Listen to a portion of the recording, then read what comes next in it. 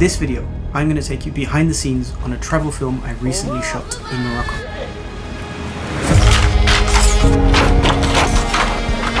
I'm going to break down my process from the pre-production to the filming all the way down to the editing.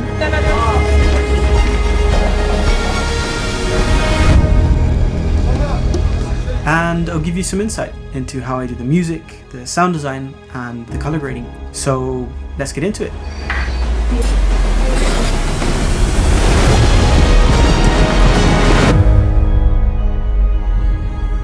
My name's Raylan Joey. I'm a filmmaker from Amsterdam, and a couple weeks back I got asked by Sony to shoot a travel film using one of their new cameras, the Sony ZV-E1. I said yes, obviously, and after a bit of thought I decided on going to Morocco. So I put up a story on my Instagram asking if there was anyone that was down for an adventure, and a couple of hours later I got in touch with a guy called Carmel David, also makes great work and seemed like a cool guy, so I booked the flights, and a couple of days later we found ourselves in Morocco. Usually when I plan for a film like this, I start by creating a mood board in Milanote, and then I start just putting photos and videos and little snippets of ideas together into one big project. And then from there I develop the story and I create a timeline with what locations I want to shoot and what shots I want to get at those specific locations. But this time, literally the evening before our flight, I decided to scrap all of those plans because I knew that the film that I wanted to create, that it kind of had to feel real and feel like a reflection of the experience that we would have there. And setting all these time limits to we need to go there, then we need to go to the desert, and we need to do some kind of hot air balloon ride, I felt like that might take away from that. And so we flew there without any idea where we were going to stay the first night or the second night or the rest of the night. We rented a car and we just started exploring.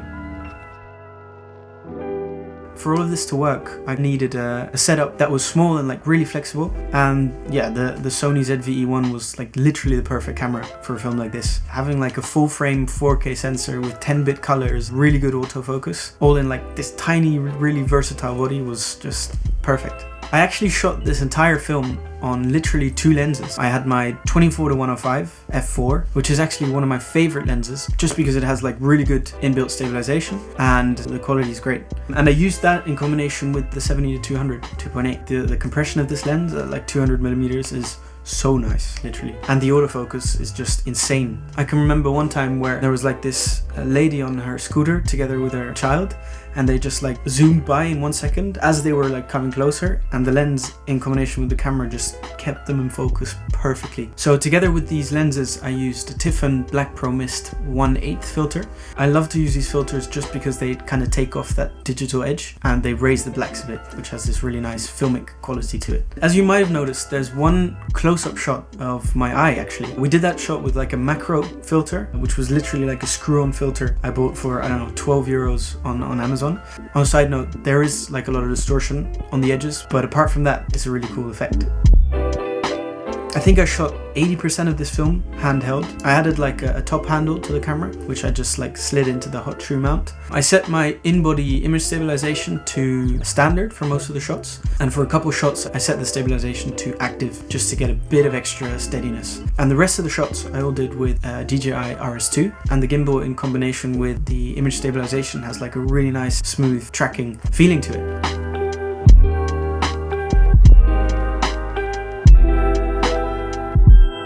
For the shots of the horse running at sunset, I also used a gimbal, and I was actually riding on a quad and like holding the gimbal like this and holding onto the quad with the other hand. And I asked the quad driver to go closer and further away from the horse, just because that bit of movement added so much more of a dynamic feeling to the image. This is what the image would look like if we didn't pull in and out. And this is what the image would look like if we did just add that little bit of movement going in. Now for a couple of specific shots, I actually set the gimbal to a 360-degree roll, where it kind of rotates in like a really smooth motion, and then I either pull in or push out, or I either push in or pull out with the gimbal. I've done this effect on a couple of previous shoots too, actually, to make the shot just a bit more interesting.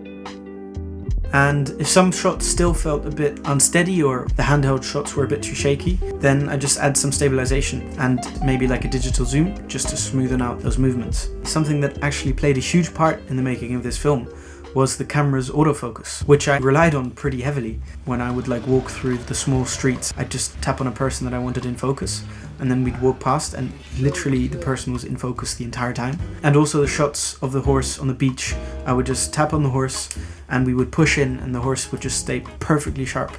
So yeah, that was a great feature to have in a camera like this, especially when you're creating a travel film and you're kind of like pointing and shooting as you go. For a couple of shots, I actually also used a really low shutter speed. I set it to like 1/5 or 1/6 of a second, and it gives this really cool effect where frames blend into each other. The feeling of walking through one of those Moroccan markets for the first time, that kind of felt like that shutter effect, just because like everything was like whooshing past us, there were people shouting and kids running around. Yeah, that low shutter effect kind of, for me, captured the essence of that feeling. One of the questions I probably get asked the most is where do you find your music and your sound effects? And yeah, it might sound weird, but I actually love to start my films with the music, which already helps me visualize the edit because I know that I'm gonna be making cuts to those beats that I hear in the music. So I actually found the song for this film on Artlist, and what I like to do is to kind of play with the expectations of the viewer. So instead of having like a build up like this followed by a climax,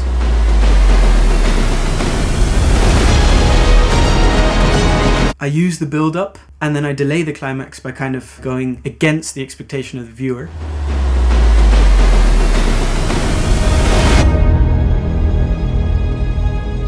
Which draws you in a bit more and it keeps you hooked because you're seeing and hearing something that you might not have expected.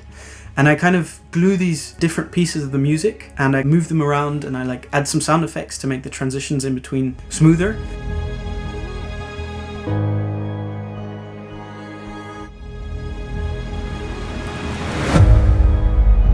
And this way I create a song with a different structure that much more fits the story that I want to tell, and that at the same time takes the viewer on a journey and pulls you into the film that you're watching. So on Artlist I found like this Arabian flute sample. I took that sample, I retimed it a little bit and pitched it down a couple notes and put it at the beginning of the soundtrack just to immediately give you that kind of Arabic Moroccan feeling.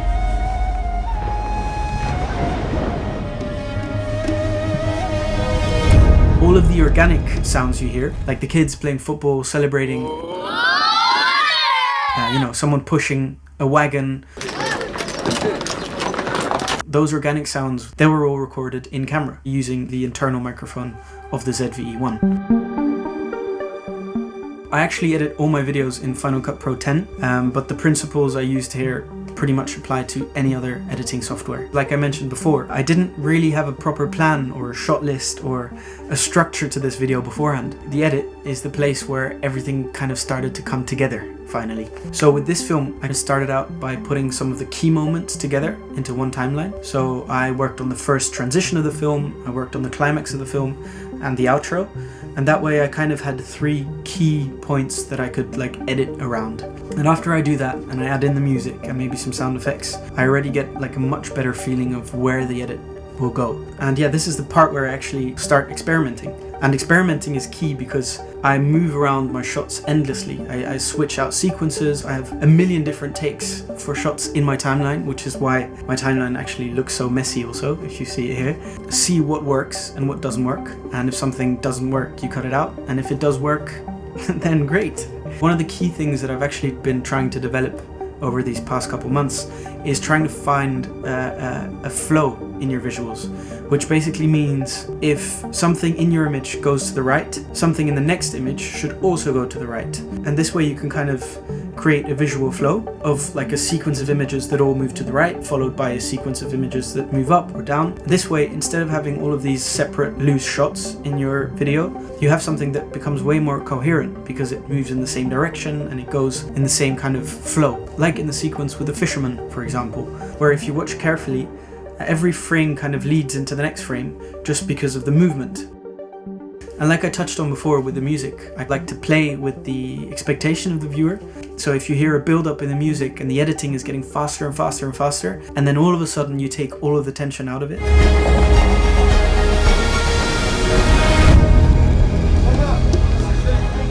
that surprises the viewer and pulls you in a lot more. So the first step to my color grading process is actually shooting in the right color profile. Whenever I shoot with Sony, I always try to shoot in S-Log3, simply because that has the most dynamic range and it's really flexible to work with in post. I thought for the sake of this video, I would actually just try to do everything in Final Cut Pro, just to show you that, I mean, it's nice to have, but you don't really need a super fancy color grading suite if you kind of know what you're doing, kind of. So yeah, I graded everything in Final Cut, and I always start out by converting my footage with a LUT from the log color space to a Rec. 709 color space. I then try to come up with a specific overall look that matches the story of the film and the feeling. I won't go into depth on this, but what I usually like to do is I like to bring a bit of blue into the shadows and a bit of warmth into the highlights. That way you've kind of got a bit of a split tone going on and the image just feels like it has a bit more depth. And in this case, we were obviously filming Morocco, and one color that kind of grabbed my attention everywhere we went was this really rich and saturated orange. So I did my best to kind of incorporate that into the feeling of the video by shifting the hues of the yellow a bit towards the orange. The next thing I do is I go through every single shot in the film and yeah, tweak the white balance a bit, tweak the contrast a bit. I might make some parts of the image a bit darker, some a bit brighter, just so that every single shot in the film is balanced and feels nice and coherent. Now for this project, I actually added some very slight halation and a little bit of an RGB split tone, just because it gives the image a bit more of like an organic, soft feeling, which I like much more than that harsh digital look. So that in combination with the Promise filter just gives a really nice feeling to the image. Then finally we're getting to the voiceover. So because I didn't really have much time for this project, I actually decided to just record the voiceover myself. I used a shotgun mic with an XLR adapter on the ZV-E1 and recorded it using the internal preamps, and that turned out pretty good. It holds endless stories, older than time. I actually started working on the voiceover after a couple of days in Morocco. I had some really interesting conversations with Carmel David, and those conversations kind of quickly led to some really interesting things about Morocco that we both experienced. So by talking through those things and kind of sharing our experience with each other, I slowly started collecting little bits and pieces for this voiceover in my head. And then once I had the music and the first version of the edit, then I used those raw sentences that I wrote in Morocco and built those out and expanded them to a bit more of a story and a voiceover that fit the visuals, if that makes sense. And yeah, I wrote a final copy of the voiceover and recorded it. I'd actually like to give a huge thanks to Carmel David, once again, for tirelessly helping me out, capturing sunrises to sunsets and just 5 days straight of non-stop go, go, go, go. You should definitely go check him out. And then I also have to give a huge thanks to Sony Netherlands and Sony Europe for trusting me with this project and giving me so much creative freedom to basically do whatever I want. And I think that having that freedom also gave me a little bit of an extra push to make something that might be a bit different to some of the other travel films that are out there. So thanks guys for that. Now, if there's anything that I missed in this video or anything else you'd like to know specifically about gear or camera movements or editing or whatever, you can always drop a comment down below, or you can message me on Instagram where I might respond a bit quicker. And then finally, I've had a lot of finalies in this video. Finally, I'd like to thank all of you guys that were so kind in commenting and sharing this video, saying that you loved the film and that you'd like to see more, and that really got me motivated to make this and to start sharing a bit more and start giving some insights into how I work. Yeah, this entire film that we shot in Morocco in 5 days and that I actually edited within 3 days just hit 50,000 views on YouTube, which is, I've never had a video do that well, so thank you very much for that, and I'll see you in the next one. It's actually turned completely dark outside now. That's how long I've been sitting in my room shooting this video. My camera's also at literally 3%, so I'm gonna have to cut it off anyways.